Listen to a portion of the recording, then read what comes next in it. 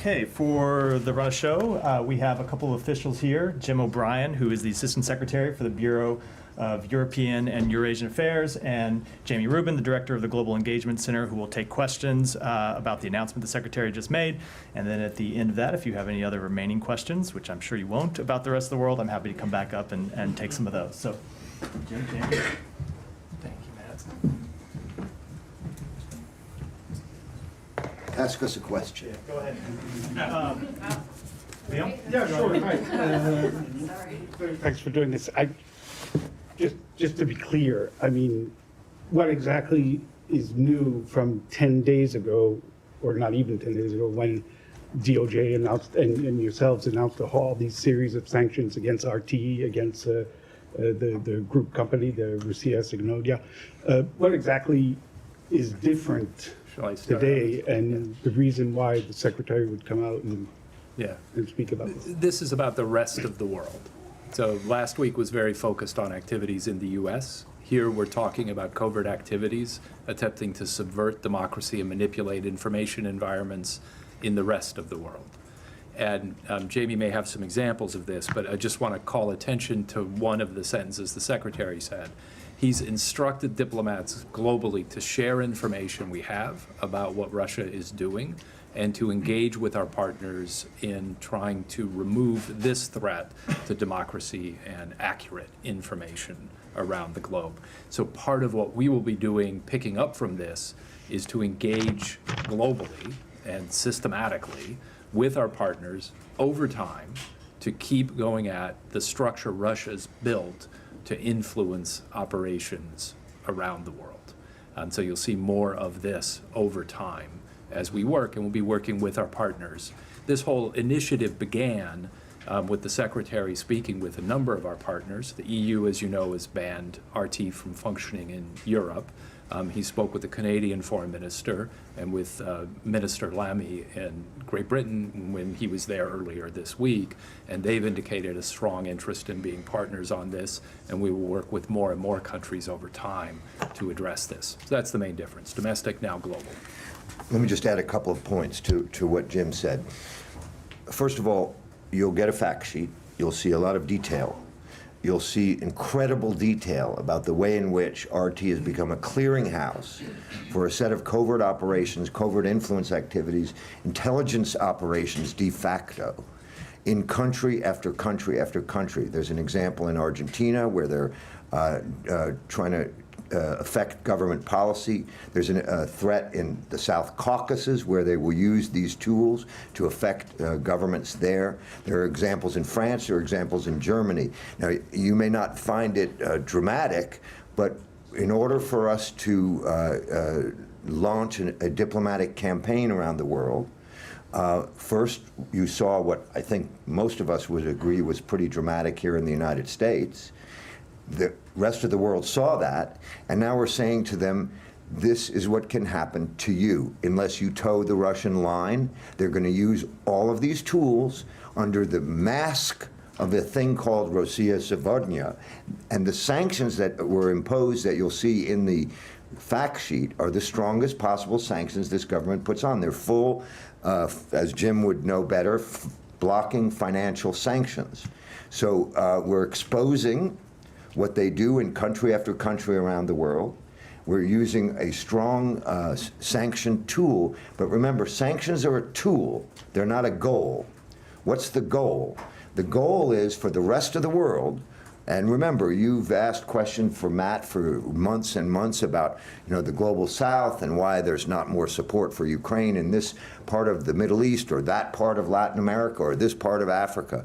Well, one of the reasons, not the only reason, but one of the reasons why so much of the world has not been as fully supportive of Ukraine as you would think they would be, given that Russia has invaded Ukraine and violated rule number 1 of the international system, is because of the broad scope and reach of RT. where propaganda, disinformation, and lies are spread to millions, if not billions, of people around the world. What we're asking and what we're going to do, and Jim has warned me against this, but I'm going to do it anyway, is to use an analogy. Okay? It's only an analogy. It's not a precise comparison. When the last administration decided to go after the Huawei company for the risk of intelligence being drawn out of a legal telephone instrument, we took a look at that campaign before we launched this. We tried to learn some lessons from it to try to help us figure out what's the best way over time to make countries around the world see the value and the danger of RT, which is technically a legal instrument, a television station, despite the lies and disinformation it's broadcasting, that has within it, and now we've shown you, and we'll show you in the fact sheet and in the things that I just said, covert operations, covert intelligence activities, acting as if they were a direct arm of the government. And now here's the fun part. They've admitted it. Go look at what the leader of RT has said. They have said they are operating under direct instruction of Vladimir Putin. That's what they say they're doing. And we're saying they're fully integrated into the intelligence operations of the Russian government. And that's a big difference than our state-funded media. Believe you me, no one in this building gets to tell anyone at VOA, RFE, or RL what to say, do, or write. They ask us questions and we answer them. That's the difference between a state-funded media organization in a democracy and one in an authoritarian government. The leader of RT has admitted that that's what she does, and they do, and we've now given you enormous examples of how dangerous it is around the world, and I sure hope it meets your definition of something new. The crowdfunding effort that was announced today, That was directed at a domestic Russian audience, and was it on Russian platforms? Is there any indication that this was on any U.S.-owned platforms? My understanding of that is it's on Russian platforms, but it's run by RT secretly. They don't say, this is an RT operation, buy UAVs from, and some of that we discovered were UAVs purchased from the People's Republic of China in small amounts to send to the Russian army. So that's not what a TV station normally does. That's what a military entity does. And it's just another example of what we're trying to show you, that it is not just a fire hose, as the secretary put it, of disinformation, but a fully fledged member of the intelligence apparatus and operation of the Russian government on the war in Ukraine. All right, Nick and then Kylie. You guys the secretary highlighted the first sentence of the fact sheet, new information, much of which originates from RT employees. That language goes beyond what the Department of Justice said last week. So could you talk about some of the sourcing on this information? And then on the crowdfunding program, how do you know that that's not just the RT deputy editor-in-chief helping zealously the soldiers he believes are actually defending Russia?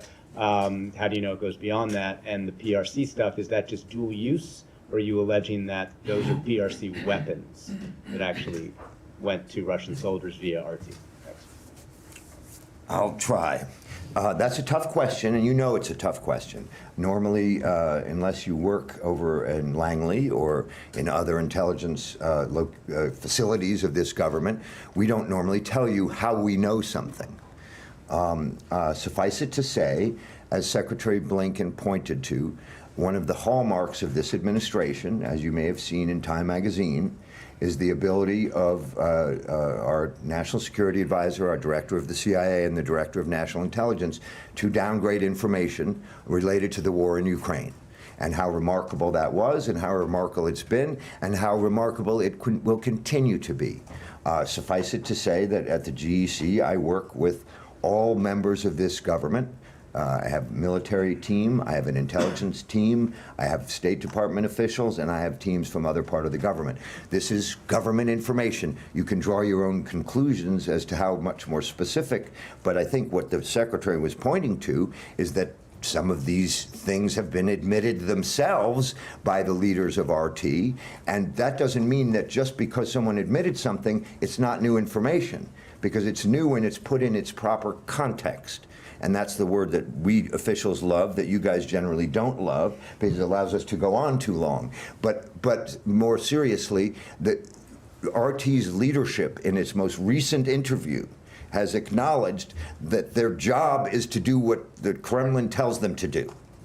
And we're giving you examples of what they're telling them to do that have nothing to do with broadcasting, even broadcasting lies and disinformation.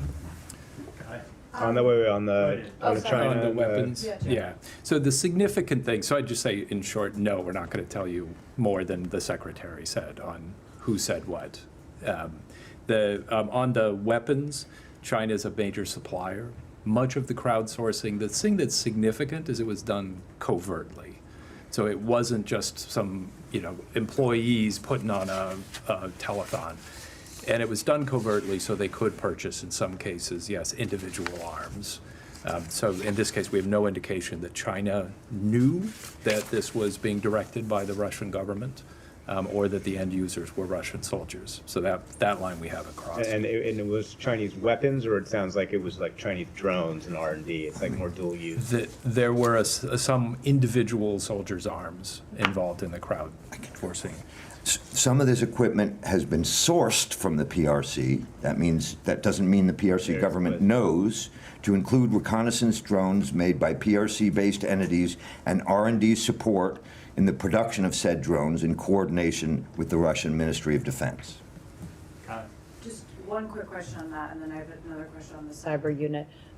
So is it the crowdfunding mechanism that is purchasing these weapons sourced from China, or is it the Russian government that's using the funds that are collected there to make the purchases? Yeah, we don't know that. I don't know the answer to that. Okay. And then the cyber unit with ties to Russian intelligence embedded in RT in 2023. Can you tell us which countries this unit embedded into RT inside of? And if you can't list them, just an approximate number of countries where this was an active unit inside of RT? Everything about this unit and its activities inside RT is extremely sensitive information, and I have to get my facts exactly right and not make a mistake here. So bear with me for a second. As I understand it, the unit is a cyber intelligence gatherer. So it's using cyber tools to gather information and then use that information in some form. We've seen in our country and in other countries what happens when cyber units suck up information and then they leak it, for example, or they use it for other purposes. It's my understanding that this is a global reach type of a capability, because remember, the thing that makes all of this very, very difficult is that the information space is flat. It's not like you have to be inside Russia or inside China or inside the United States to have an effect on China, Russia, or the United States. And so with the right kind of capabilities, sitting in the right location, we learned in our country what can happen from some people sitting at a beach in Macedonia, although there's no beach in Macedonia, but inside Macedonia, what they did in our country. So that's why the geographic point is not as relevant for cyber espionage. And is that cyber unit embedded within RT still active at this time? I can't answer that. All right, we'll do one more, Camilla. Peggy, can you give just an idea for, in layman's terms, a little bit what this looks like, the crowdfunding? I know you said it's in secret, and are we talking about like in secret on the dark web space rather than like a public GoFundMe thing? Can you just help us kind of? I will try to get you more information on that.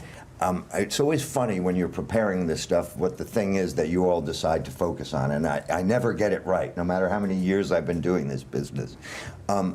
I personally don't think that's the most significant part of what RT is doing.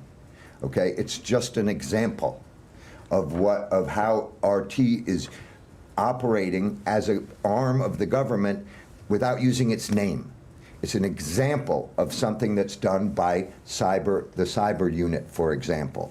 But what RT is doing in Argentina, in Germany, in France, in the countries when Jim came back from his last trip, and there were upcoming elections, and they saw the ways in which Russian influence. The Secretary talked about Moldova.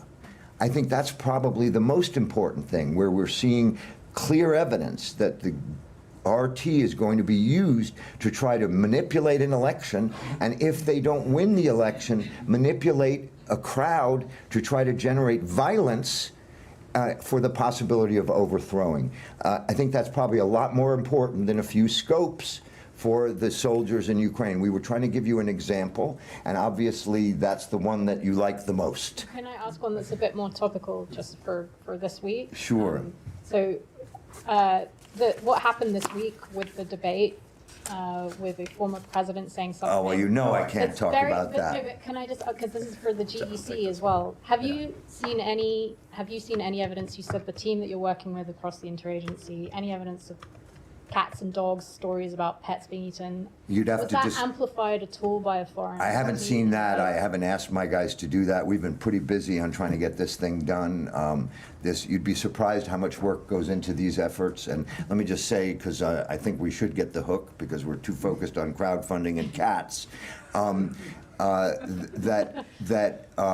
I want to thank Kerry Goo sitting in the back of the room and all the people at the GEC. This is something that's been put together over many, many, many weeks and months, and a lot of people put their heart and soul into this sort of work to be able to get it available to you in all these details so that you can then question me and Jim about cats and crowdfunding. But this is going to be a long-term campaign, and that's the point of the analogy to Huawei. That's something that began under the Trump administration, continued on the Biden administration. We are going to be talking, the Secretary will be talking, the President will be talking, Assistant Secretaries of State like Jim, and especially his colleagues in Latin America, in Africa, in Asia, are going to be working with their colleagues to try to show all of those countries that right now broadcast with no restriction or control RT, and allow them free access to their countries, which I do believe, unfortunately and sadly, has had a deleterious effect on the views of the rest of the world about a war that should be an open and shut case. All right, thank you. Thank you. They're playing our music. Thank you all. Thank you. All right. Warning from the top, as Matt comes in, we're going to have to make this a rapid fire round because I have a meeting at 2:15. Let's get started. Nick. You won't want to discuss anything specifically before the president meets with British Prime Minister, so let me try and ask you a question that you can't answer. Ukraine has been arguing, as we've been talking about, of the utility of long-range fires into Ukraine. It has cited specific targets, it's cited an overall idea of how long-range fires would fit into the broader strategy of victory. So, in general, is that a message that the U.S. has been receiving? And is that a message that will be discussed between British officials and American officials? Obviously, this week's already been, but going forward when it comes to making the decision about. So, of course, we've been having those discussions with our Ukrainian colleagues. That's one of the things that the Secretary talked about with President Zelensky, with the Prime Minister, and with the Foreign Minister. Came up in all of his meetings in Ukraine 2 days ago, and they're making the case, as they have done consistently since the course of this campaign, where you've seen different times where they've come to make the case for different capabilities or different tactics or other different ways in which we could support them. Our job always is to listen to the case that they make and then think about, as you may have heard the Secretary say when he got this question, I don't know, multiple times while he was in the region, both what it is that we can make available to them, how they can use it, what the long-term strategy behind using those capabilities would be, and then we come back and discuss that with our colleagues here, and ultimately the President makes a decision. As you know, the Secretary had with him the Foreign Minister, David Lammy, and who I know is accompanying the Prime Minister. I'm sure that'll be one of the things that'll be discussed in the meeting today. I do think it is important to note that is not the only topic on the agenda today. We have a long-standing bilateral relationship with the United Kingdom. There are a number of things to talk about in those meetings. Ukraine is an important part of them. It was a large focus of our meetings in the UK, which the Secretary traveled to before Ukraine, but there are other things we talked about too, the war in the Middle East and any number of other topics. And would a U.S. decision about American long-range weapons, would that be made in concert or independently, perhaps, in a British long-range use of fires inside of? I don't want to speak to any hypotheticals. As of yet, we have not changed our policy. It's something we discussed with our allies. It's just something we discussed with our Ukrainian partners, and I don't have any announcements to make today. Can I just follow up on that? Let me go to Matt first. Matt, Can we get us something that you might actually be able to answer? we can try. Okay, you've seen the convictions in Congo? I have. Okay. So, You could, oh, I all didn't, right. I didn't know if you were, I Okay, assumed you you have. want, yeah. Right, I'll send that off to our Kinshasa bureau. Yeah. We've seen them. So Do you have you've anything to seen say about the them? question. So we have seen that a military court in the Democratic Republic of Congo sentenced a number of defendants, including U.S. citizens, to death for alleged involvement in the May 19th attacks against the government. We understand that the legal process in the DRC allows for defendants to appeal the court's decision. Embassy staff have been attending these proceedings as they've gone through the process so far, and will continue to attend the proceedings and follow the developments closely. Right, do you believe the proceedings so far have been fair? I don't want to pass judgment on the proceedings so far because we are still in the middle of the legal process. They do have the right to appeal. We're going to continue to stay engaged in monitoring and speaking to the defendants and their All attorneys. right, and sticking on court cases, if a former, I believe former diplomatic security officer pleaded guilty today, charges on January 6th. Do you have anything to say about that? The only thing I will say about that is we fully support the work by our colleagues at the Department of Justice to hold anyone responsible for violations of law on that horrific day accountable for those violations. Thank you. Yeah, Jillian. Do you guys have a response to what Putin said yesterday, which was basically that if this is a follow-up on Ukraine, if there Yeah. were missile strikes, you view that as NATO entering into a direct war with Russia, including the U.S. Just So Do a you few see it things. that way? Yeah, a few things about that. So number one, that's very similar to things that he has said over the course of the past 2.5 years. We've seen him make similar statements about things that the United States and its allies and partners, not all of whom are NATO members, some of whom are other partners of ours around the world. So it's not really a new statement by President Putin, but of course we pay close attention to everything that he says. I would say President Putin is the one who could end this war today if he wanted to. The only reason we are even having a discussion at all about the provision of American capabilities to Ukraine and the provision of capabilities by our NATO allies and the coalition of 50 countries that we've assembled around the world to Ukraine is because Putin continues to press this illegal war, that he continues to try to forcibly take territory of Ukraine. So if the president of Russia doesn't want to have a conversation about what capabilities we provide to Ukraine, there's a very easy way to get to the end of that conversation, and that's for him to end this illegal war. But do you dispute his? I don't know. His Oh, the other perspective that on you this, that this NATO, of would course, be an no, entry of course, of the of United course, it would States? not be an entering of the United States. But we have been very clear that the United States is not going to take part in this war. We're not going to put boots on the ground. We are, however, going to continue to equip Ukraine so it can defend itself. We're going to continue to work with a coalition of countries around the world to help Ukraine defend itself. All right, now, Can I just Tom. sort of follow up on the issue of the British leadership visit? I mean, how would you characterise how closely aligned you are with the British government position on the issue of long-range missiles? Because it's fairly clear that the British and the French and some others are more sympathetic to President Zelensky's pleas to be able to use these weapons inside Russia. So how would you define where, how closely aligned you are with the British on that? So I don't want to get into the details of both private and ongoing diplomatic conversations, especially ahead of a conversation that's going to happen here in another hour and a half or so at the White House. I will say that we are very closely aligned with Britain on the overall objectives, the overall outcome that we want to see. You heard the Secretary and the Foreign Minister both speak to that in a press conference in Ukraine. We share the exact same objectives, and we continue to discuss with them the best way to achieve those objectives, the best way to make sure that Ukraine ultimately wins this war. That's an ongoing discussion, as the Secretary said, in Ukraine. And I think, believe as the foreign minister said, both of us would go back and talk with our respective governments about what we heard from our Ukrainian partners, and then we will confer with each other as we confer with our other NATO allies, But just and make decisions based on those consultations going forward. Would you prefer that there was coordination on these permissions? I mean, if the Europeans are to sort of unilaterally give permission to use their long-range weapons, is that something you have a problem with? So we will continue to coordinate with them. Every country ultimately has to make its own decisions about how they want to support Ukraine, and that's something that every country has the ability to do. But we do consult with each other, especially with our close NATO allies. Ultimately, this is an issue that is something we want to work together on, and we'll continue to do that. Alex. Thank you, Matt. Just to press you a little bit more on Nick's question. Your response doesn't scream urgency, but knowing what you know about Iranian missiles, delivery of Iranian missiles to Russia, and the White House said that they're going to be employed within weeks. What is the suggestion to Ukrainians? Just sit back and wait? Alex, so you and I have had this debate a number of times before when it comes to any one capability that we might provide. And I would urge you, as always, to take this in a larger context and look at the overall support that we have provided to Ukraine since day one, really since before day one. We were providing Ukraine with security assistance before the February 24th, 2022 invasion. And we've continued to provide them tens of billions of dollars in assistance. And we've continued to adapt and adjust our capabilities that we provide them and adapt and adjust the assistance that we provide them related to the evolving situation on the battleground.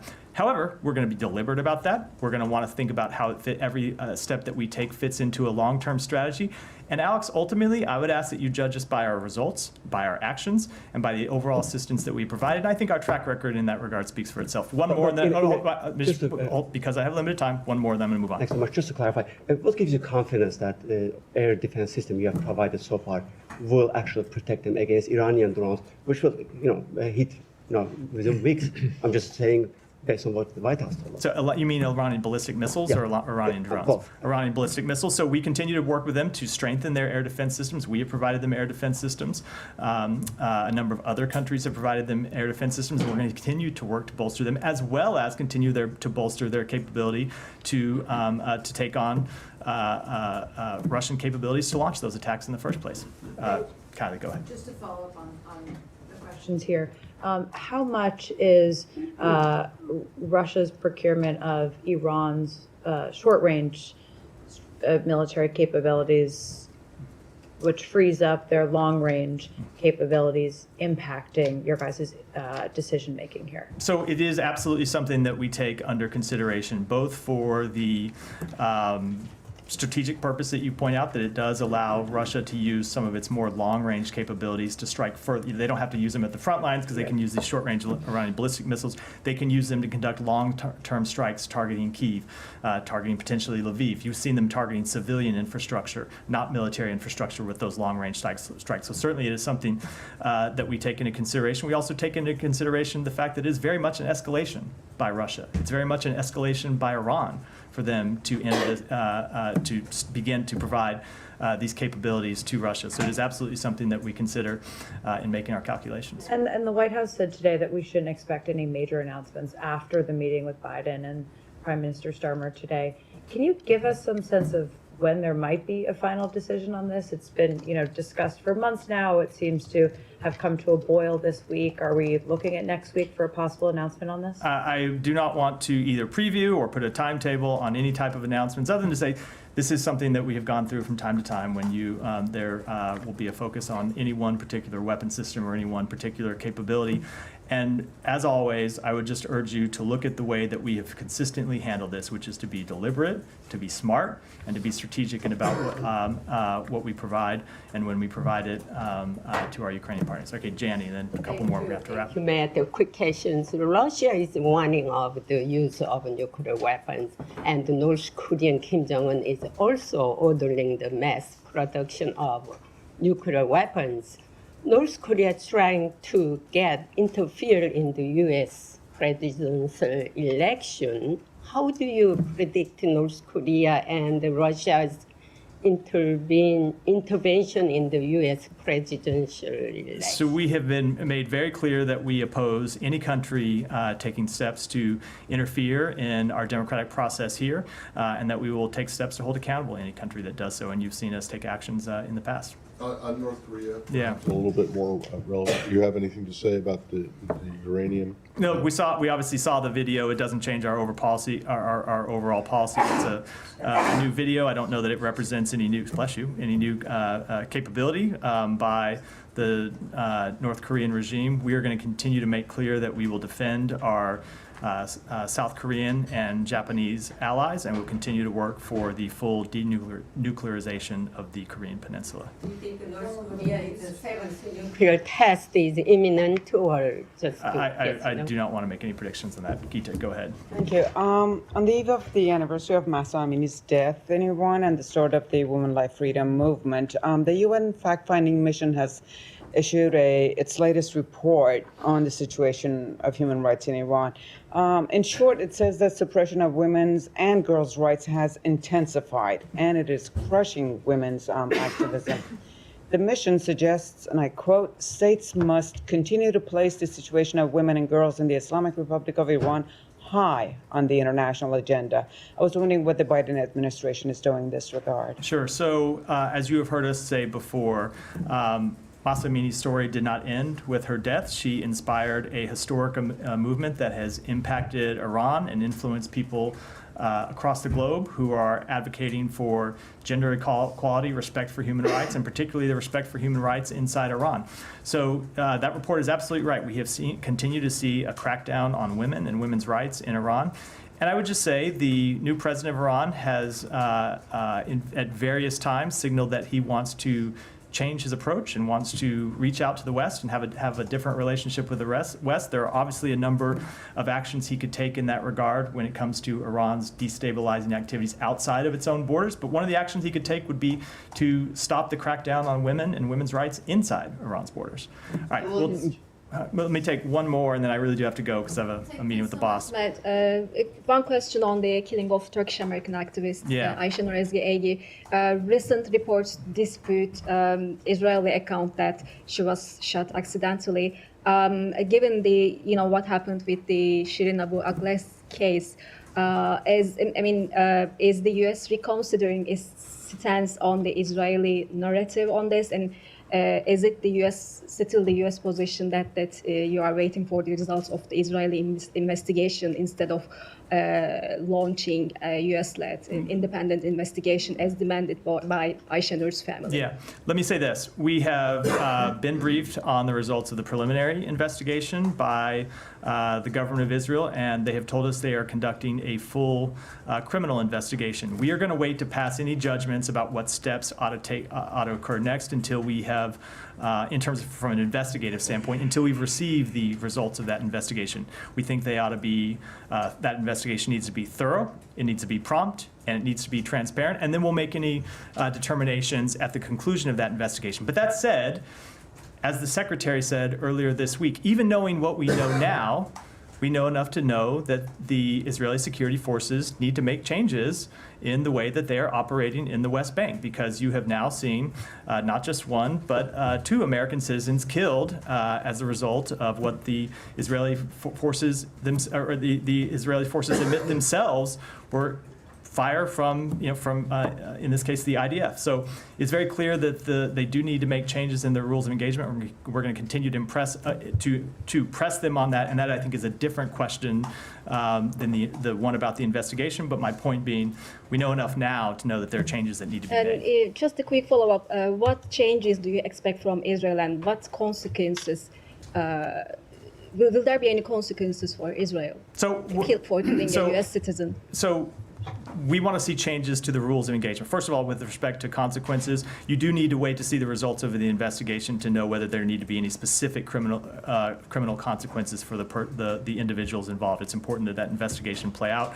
And as I said, it ought to be prompt and thorough and transparent. But ultimately, when it comes to the changes in the rules of engagement, what we have said, or what we have seen, and you heard the Secretary speak to this, is we have seen a number of occasions when Israeli security forces have stood by when there were acts of settler violence. When they haven't intervened, we want to see them intervene and stop those acts of settler violence. We have seen reports of excessive use of force by Israeli security forces against Palestinians, and now we've seen the death of 2 American citizens, and we want that to end. And that's why we want to see the changes to the rules of engagement. And with that, I'm sorry I do have to wrap for today. See you guys next week. Thank you.